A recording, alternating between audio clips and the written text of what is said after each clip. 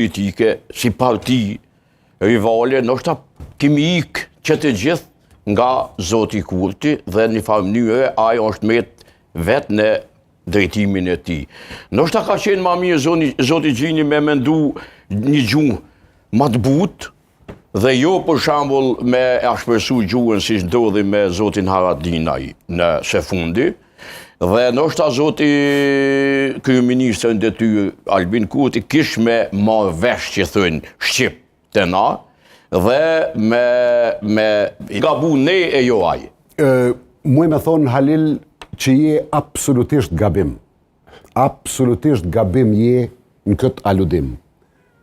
Për shkak se ky person e ka pas pushtetin e plot që prej shkurtit të vitit 2021.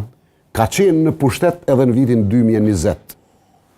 Kur gjo nuk e ka pengu me marrë vendime të drejta për qytetarët e vetë. Kjo nuk ka të bëj as me fjalor. Kjo nuk ka të bëj as me shtymje politike. Kjo nuk ka të bëj me kur gjo heq, për pos me vendimet e ti. Absolutisht kur far logjike nuk ka me ndërlidh, Halil, të lutem, kur far logjike nuk ka me ndërlidh gjuhën e opozitës me vendimet e ti.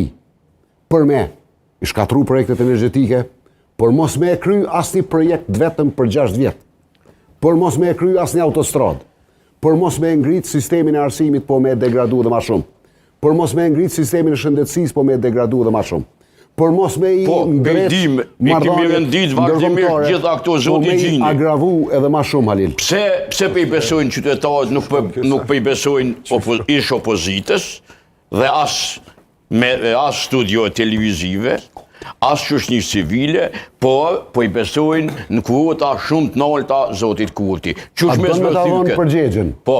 E ndëgjom tashti. Nuk është opozita pa faj në 5 vjetë të fundit. Jo faj për qeverisje, se në qeverisje s'ka pas dorë heq.